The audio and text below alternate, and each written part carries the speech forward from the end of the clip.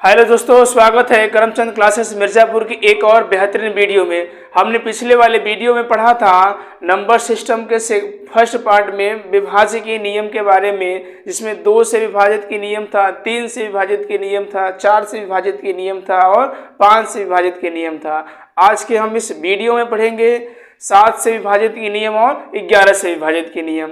आइए हम शुरू करते हैं। 7 से विभाजित के नियम क्या है? 7 से विभाजित होने का नियम, यदि इकाई अंक को छोड़कर शेष बची संख्या में से इकाई अंक का दुगुना घटा देने पर बची संख्या 7 से विभाजित होगी।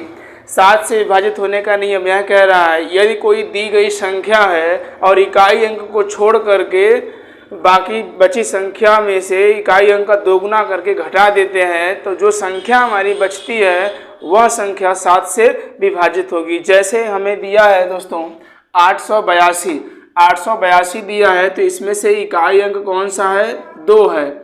इकाई अंक क्या है? 2 है और बची संख्या कितनी है? 88। तो 88 को हम लिख देते हैं और फिर कहे हैं घटा देने पर माइनस इकाई अंक का दोगुना। इकाई अंक कितना है? 2 है, तो 2 में हम 2 से क्या कर दें? गुणा कर दें, दोगुना हो जाएगा।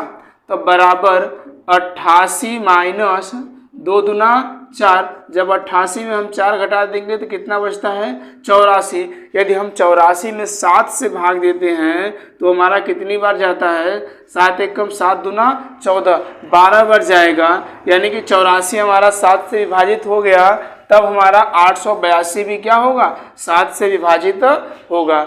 आइए हम देखते हैं 11 से विभाजित होने का नियम क्या कहता है।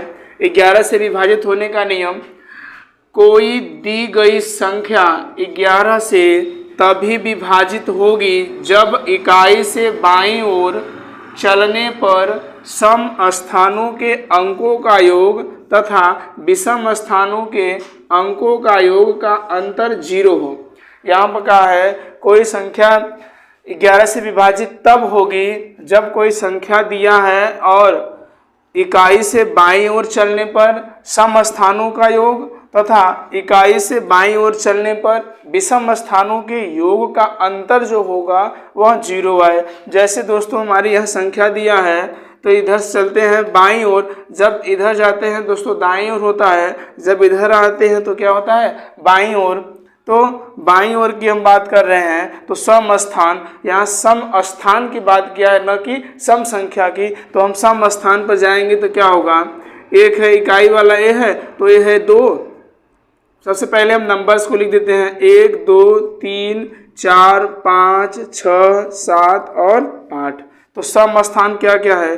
एक हमारा 6 है, दूसरा हमारा क्या है? 7 है, तीसरा हमारा क्या है? फिर से 6 है और चौथा हमारा दोस्तों क्या है? 2 है। ठीक। अब दोस्तों हम लिखते हैं विषम स्थानों के अंकों का योग। तो विषम स्थान क्या क्या है? एक यहाँ पर हमारा 9 आ गया, प्लस फिर दूसरा हमारा क्या है? 0, तीसरा हमारा क्या है दोस्तों? 9 है और चौथा क्या है दोस्तों? 3 है। अब इन दोनों को जोड़ के घटा देते हैं।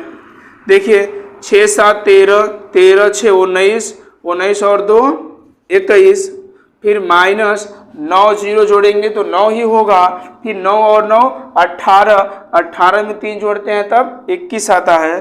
तो हमारा दोस्तों 21 में 21 गया, कितना आ गया? 0। यानी कि सम स्थानों का योग और विषम स्थानों का योग करने के बाद जब हम घटाते हैं तब हमारा मान क्या आता है दोस्तों? 0 आता है। जब 0 आ गया तब यहाँ संख्या क्या हो जाएगी?